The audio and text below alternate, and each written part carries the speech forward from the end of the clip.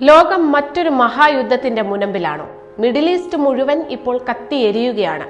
വെറും വാക്കേറ്റങ്ങൾക്കപ്പുറം അമേരിക്കയും ഇസ്രയേലും ചേർന്ന് ഇറാനിൽ നേരിട്ടുള്ള സൈനിക നീക്കം ആരംഭിച്ചു കഴിഞ്ഞു. ഇതിന് മറുപടിയായി ഗൾഫ് രാജ്യങ്ങളിലെ അമേരിക്കൻ താവളങ്ങൾക്ക് നേരെ ഇറാൻ മിസൈലുകൾ വർഷിക്കുന്നു. ലോകം കണ്ടിട്ടുള്ളതിൽ വെച്ച് ഏറ്റവും ഭീകരമായ ഒരു യുദ്ധത്തിലേക്കാണോ നമ്മൾ നീങ്ങുന്നത്? എന്താണ് സത്യത്തിൽ ഇറാനും ഇസ്രയേലും തമ്മിലുള്ള ഈ പോരാട്ടത്തിന് പിന്നിൽ? പ്രവാസികളെയും ലോക സമ്പദ് വ്യവസ്ഥയെയും ഇത് എങ്ങനെ ബാധിക്കും? അറിയാം ഈ വീഡിയോയിലൂടെ.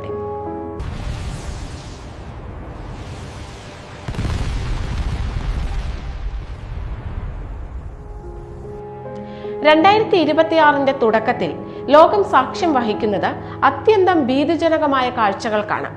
ഇറാനിലെ തന്ത്രപ്രധാനമായ സൈനിക കേന്ദ്രങ്ങൾക്ക് നേരെ അമേരിക്കയും ഇസ്രയേലും സംയുക്തമായി വ്യോമാക്രമണം നടത്തി. ഇറാന്റെ പ്രതിരോധ മന്ത്രി, സൈനിക ഇന്റലിജൻസ് മേധാവി, ആർമി കമാൻഡർ എന്നിവർ കൊല്ലപ്പെട്ടതായും അതിലുപരി ഇറാന്റെ പരമോന്നത നേതാവായ ആയത്തുള്ള അലി ഖമേനിയ കൊല്ലപ്പെട്ടതായും റിപ്പോർട്ടുകൾ വരുന്നു. ഇതിന് തിരിച്ചടിയായി ഇറാൻ തൊടുത്ത ബാലിസ്റ്റിക് മിസൈലുകൾ Qatar, UAE, Kuwait, Saudi Arabia എന്നിവിടങ്ങളിലെ അമേരിക്കൻ സൈനിക താവളങ്ങളെ ലക്ഷ്യം വെച്ചു.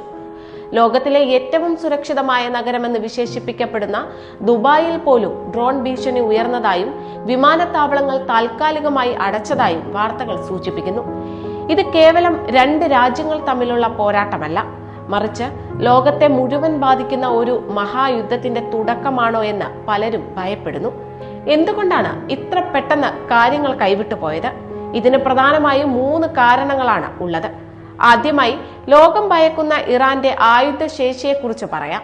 ഇറാൻ അവരുടെ യുറേനിയം 60% ശുദ്ധീകരിച്ച് കഴിഞ്ഞു എന്നാണ് അന്താരാഷ്ട്ര ആണവോർജ ഏജൻസി പറയുന്നത്.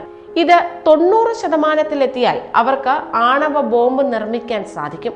ഒരു ആണവ ബോംബുമായി നിൽക്കുന്ന ഇറാന്റെ ഭീഷണി ഇസ്രയേലിനും അമേരിക്കയ്ക്കും സഹിക്കാവുന്നതിലും അപ്പുറമാണ്.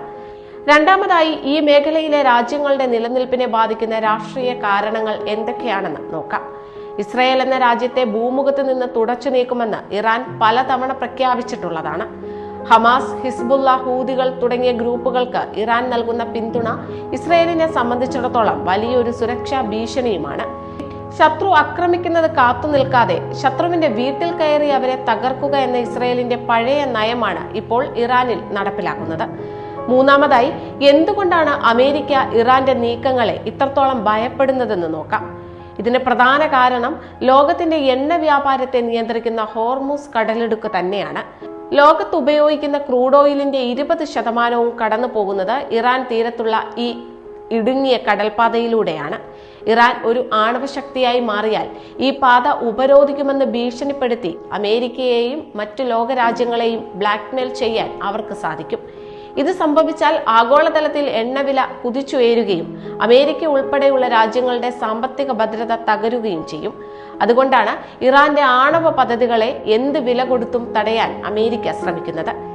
ഇതിനൊക്കെ പുറമെ മറ്റ് അറബ് രാജ്യങ്ങളുടെ സുരക്ഷയെ ബാധിക്കുന്ന മറ്റൊരു വശം കൂടിയുണ്ട്. ഇറാൻ ആണവായുധം നിർമ്മിച്ചാൽ സൗദി അറേബ്യ അടക്കമുള്ള രാജ്യങ്ങളും ആണവായുധങ്ങൾക്കായി ശ്രമിക്കും. ഇത് അറബ് മേഖലയെ മുഴുവൻ ഒരു ആയുധപുരയാക്കി മാറ്റും. ഇത്രയും ഗൗരവകരമായ സാഹചര്യങ്ങൾ നിലനിൽക്കെ ഈ സംഘർഷം ആഗോളതലത്തിൽ ഉണ്ടാക്കാൻ പോകുന്ന ആഘാതങ്ങൾ എന്തൊക്കെയാണെന്ന് നമുക്കൊന്ന് നോക്കാം. ലോകത്തെ എണ്ണ വിതരണത്തിന്റെ വലിയൊരു ഭാഗം തടസ്സപ്പെടുന്നതോടെ ഇന്ധനവില കുതിച്ചുയരും.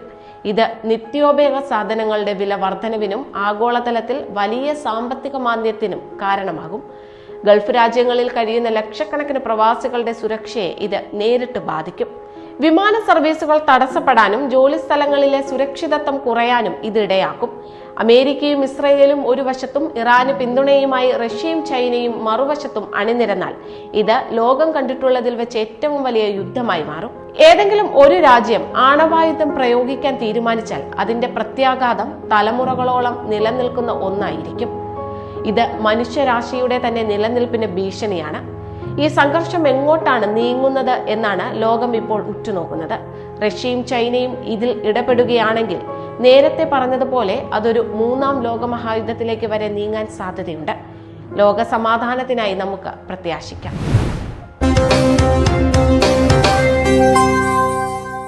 കാനഡയിലെ മലയാളി ശബ്ദം